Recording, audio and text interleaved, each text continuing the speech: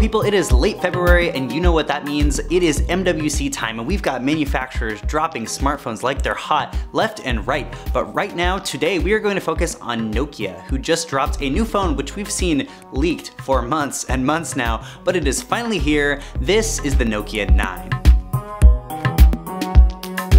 So on the insides, the Nokia 9 seems like a 2018 flagship. Basically, it's got a Qualcomm Snapdragon 845, it's got 6 GB of RAM, and it's got 128 GB of storage. And honestly, that is pretty much the equivalent of what you were going to get out of the top-of-the-line 2018 smartphone.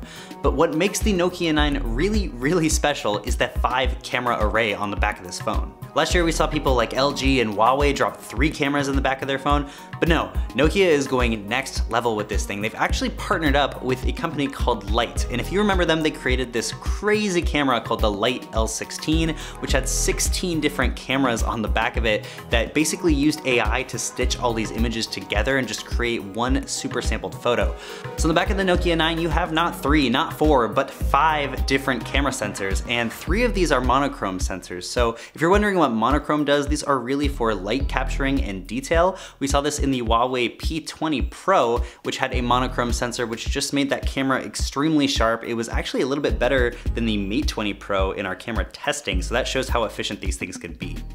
Now Nokia is saying that these monochrome sensors can capture 3 times as much light detail as a regular sensor, and it uses that information to stack it on top and just create a really super sampled image. Now because you've got 5 different cameras on the back of this phone, you're getting a little bit different perspectives. A way that a lot of portrait modes on smartphones work is it uses both the cameras to kind of create a separation between the subject and the background. Basically you're focusing on 2 separate areas, so you're able to say, hey, this is the subject, this is the background, here's what needs to be blurred out. And the Nokia 9 is doing a pretty similar thing here, but it's got 5 cameras to actually take that depth data. And while most smartphone cameras have like 3 or 4 different focus areas that they can detect for depth, the Nokia 9 apparently has 1,200 different depth areas, so you're really getting a smooth gradient between your subject and the out of focus area. Now that's been a huge problem for smartphones in the past. It's pretty obvious when someone's using portrait mode, just because there's not that smooth linear gradient between the subject and the background, so this should smooth out a lot of those issues.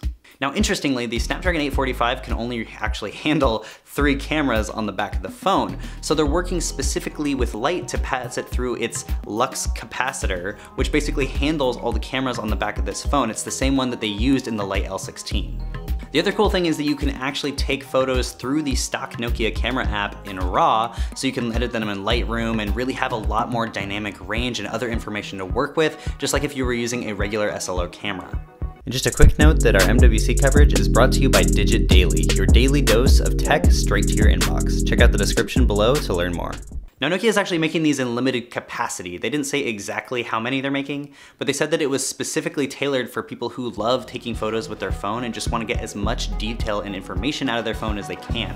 And probably most surprisingly, Nokia is suggesting a retail price of only 599 euros, which honestly isn't that bad. Of course, you're getting the Snapdragon 845 from last year, but Qualcomm says that no one's actually taken advantage of the Snapdragon 845 like they have in this phone.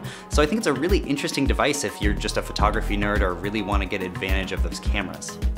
And even if you're not a smartphone photography nerd, you're still getting other 2018 flagship features like a in-display fingerprint reader, wireless charging, IP67 water resistance, and a pretty big battery. It's 3,320 mAh.